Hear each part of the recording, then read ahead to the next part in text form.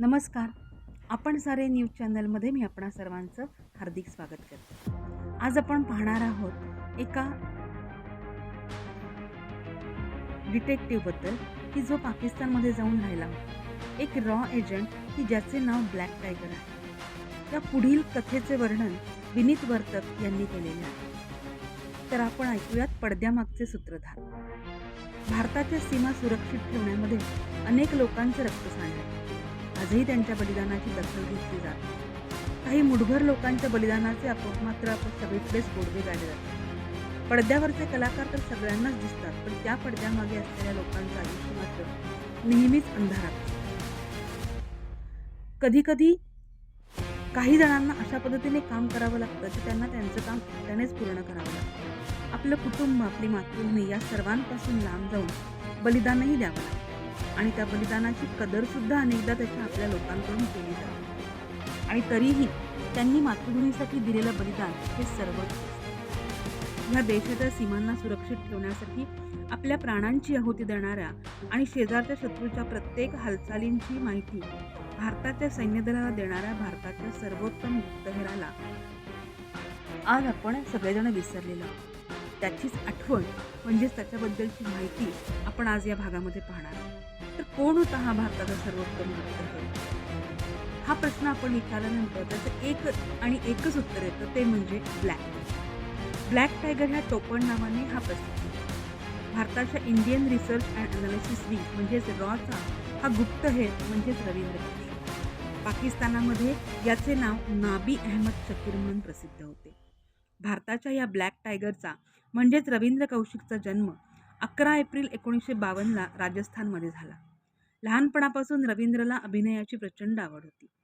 त्याच्या ह्याच आवडीमुळे तो रॉच्या अधिकाऱ्यांच्या नजरेत आला आणि रॉचा एजंट बनला.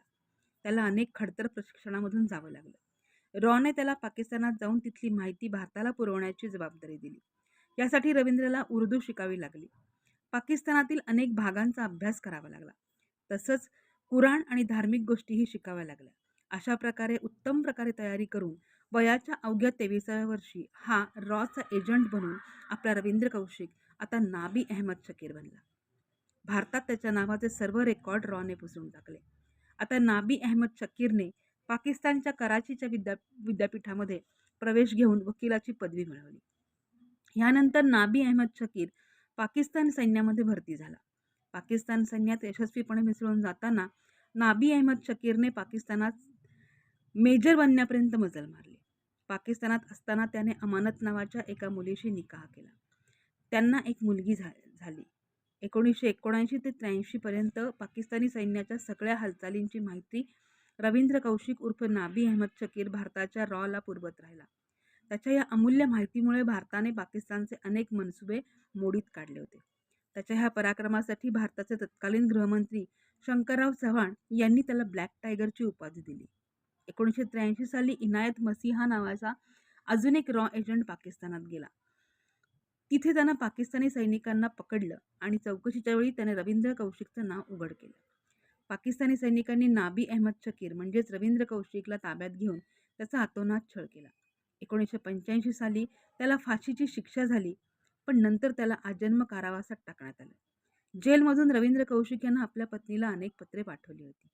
एका पत्रात त्यानं हताश होऊन लिहिलं होतं, क्या भारत जैसे बड़े देश में कुर्बानी देने वालों को यही मिलता है. भारताचा हा ब्लॅक टायगर 2001 साली क्षयरोग आणि हृदयरोगाने पाकिस्तानमधल्या मुलतान जेलमध्ये हुतात्मा झाला. आजपर्यंत रवींद्र कौशिक यांचं कुटुंब भारत सरकारकडे त्यांच्या ह्या कामगिरीची पोचपावती मागत आहे. पण आजही पडद्यामागचा हा ब्लॅक टायगर उपेक्षित आहे. वयाच्या अवघ्या 23व्या वर्षी आपलं संपूर्ण अस्तित्व देशाच्या पटलावर पुसून टाकत भारताचा हा ब्लॅक टायगर एकटाच पाकिस्तानच्या अंधारात भारतासाठी लढला. पण आज आपण त्याची साधी दखलही घेऊ शकत नाही. हे आपलं दुर्दैव आहे. आम्ही रवींद्र कौशिकच्या पराक्रमाची नोंद कुठे ठेवणार आहोत? पडद्यामागच्या ह्या ब्लॅक टायगरला त्याची खरी ओळख मिळणार आहे का? कोणाला काही वाटत असलं तरी भारताच्या सर्वोत्तम गुप्तहेरांचं पडद्यामागचं बलिदान हे भारताच्या स्वातंत्र्य सैनिकांइतकं आणि प्रत्येक सैनिकांइतकंच महत्त्वाचं आहे. तर पडद्यामागच्या या भारताच्या ब्लॅक टायगर सूत्रधाराला माझा कडक सॅल्यूट आणि साष्टांग नमस्कार. जय हिंद.